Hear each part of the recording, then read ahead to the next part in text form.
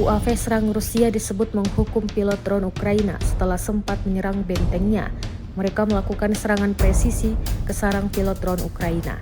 Rekamannya beredar di Telegram pada Sabtu 24 Agustus 2024. Dalam keterangan unggahan disebutkan, operator UAV Rusia berhasil melawan pilot drone musuh. Selama operasi tersebut, ditemukan awak angkatan bersenjata Ukraina yang meluncurkan drone dan sempat menghalangi kemajuan pasukan Rusia.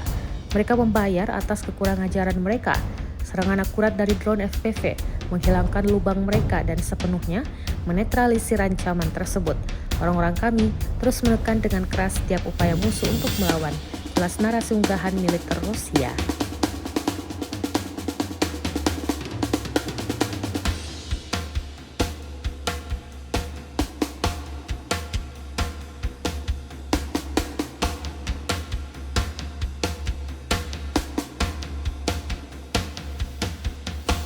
Download Tribun X sekarang, menghadirkan lokal menjadi Indonesia.